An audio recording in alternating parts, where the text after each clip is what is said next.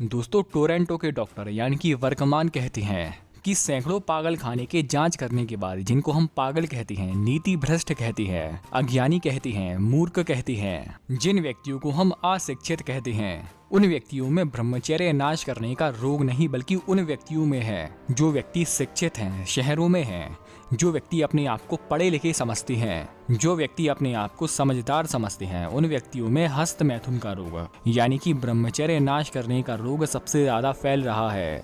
खेतों में शारीरिक मेहनत करने वाले मूर्खों में नहीं बल्कि उन व्यक्तियों में जो कि पुस्तक पढ़ते हैं, महंगी महंगी पुस्तक पढ़ते हैं, उन व्यक्तियों में यह हस्त मैथुन करने का रोग सबसे ज्यादा फैल रहा है। पढ़े लिखे लोग ब्रह्मचर्य नाश करते हैं, इसका परिणाम ये होता है कि उनके शरीर में ओज की कमी हो जाती है।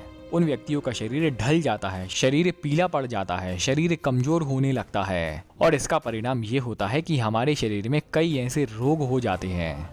और हमारे माता पिता ये समझते हैं कि जो हमारा बच्चा है यानी कि जो शहरों में पुस्तक पढ़ रहा है, जो हमारा सियाना बेटा समझदार बन रहा है, उसकी यह दुर्दशा पढ़ाई के कारण हुई है। यानी कि हमारा बालक इतनी मेहनत कर रहा है कि वह अपनी हेल्थ पर यानी कि अपने स्वास्थ्य पर भी ध्यान नहीं दे पाता। और अगर इसके असली कारण के बारे में जाने तो इसका परिणाम यानी कि इसके रिजल्ट कुछ और ही मिलेंगे। यानी कि दुर्दशा हो रही है हस्त मैथुन करने के कारण।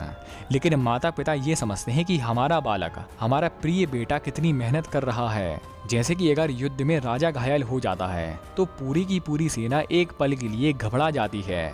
ठीक उसी तरह हमारे शरीर में वीर होता है। यानी कि अगर हम अपने शरीर में वीर को आघात पहुंचाएंगे तो ठीक सेना जैसी स्थिति हमारे शरीर के हर एक अंग की हो जाती है। यानी कि हमारे शरीर के हर एक अंग में एक तरह का झटका लग जाता है। शरीर की सेना यानी कि हमारे आँख, कान, नाक, जीभ, हमारी आंतें, हमारी मल और मूत्र इंद्रियां, हमारे पैर, त्वचा, ये सारे अंग काम करने में असमर्थ हो जाते हैं और इससे हमारे शरीर का नाश होने लगता है।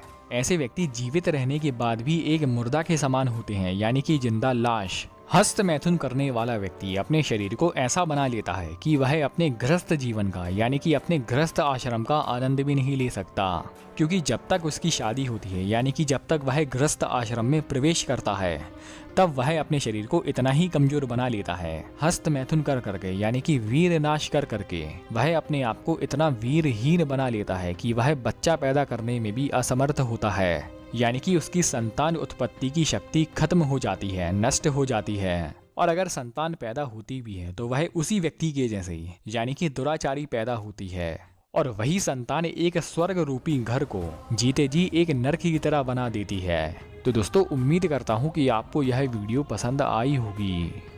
आपने वीडियो यहाँ तक देखी, आपका बहुत बहुत आभार, धन्यवाद।